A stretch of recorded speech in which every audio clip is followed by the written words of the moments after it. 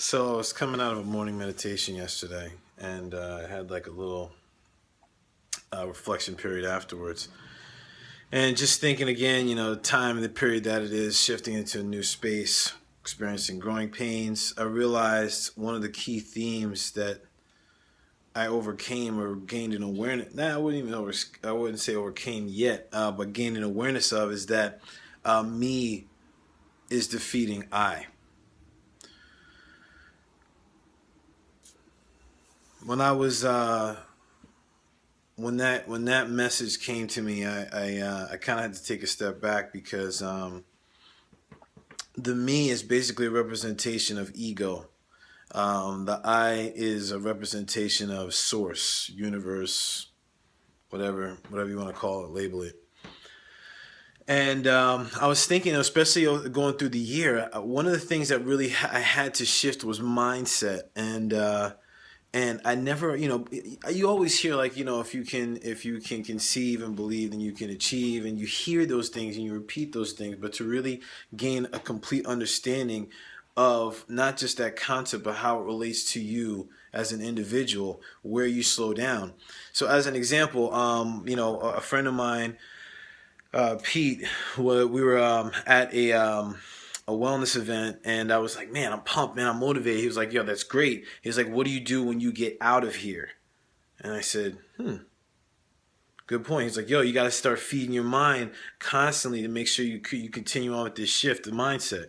So I started listening to, like, as I was getting ready in the morning, or just before, as I'm having breakfast, listening to people like Wallace Waddles, Les Brown, Earl Nightingale, Napoleon Hill, just listening to their mindset and like how they talk about the mind as a gold mine.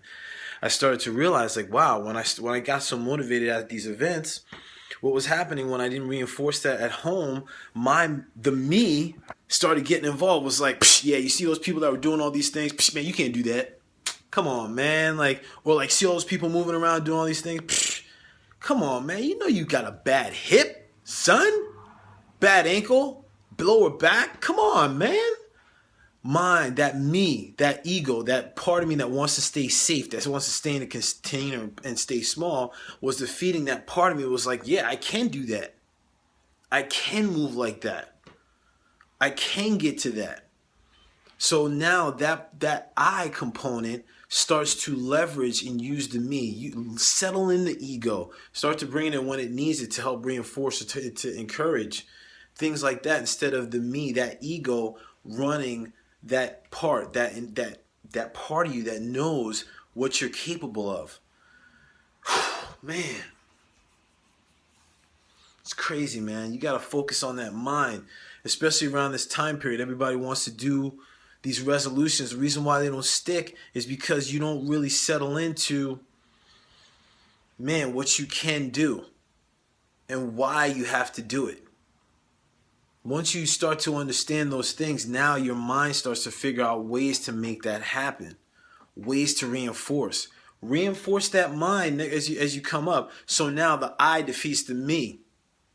Instead of the me defeating the I, let the ego go. Start tuning into what the mind is saying, how the mind tries to slow you down, how you self-sabotage. Not you, me, how I self-sabotage.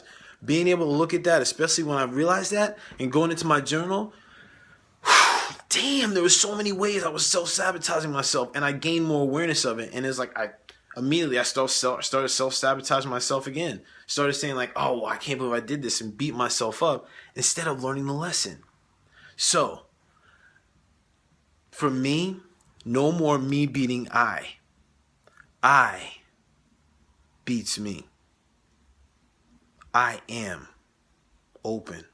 I am powerful. I am wise. What are you?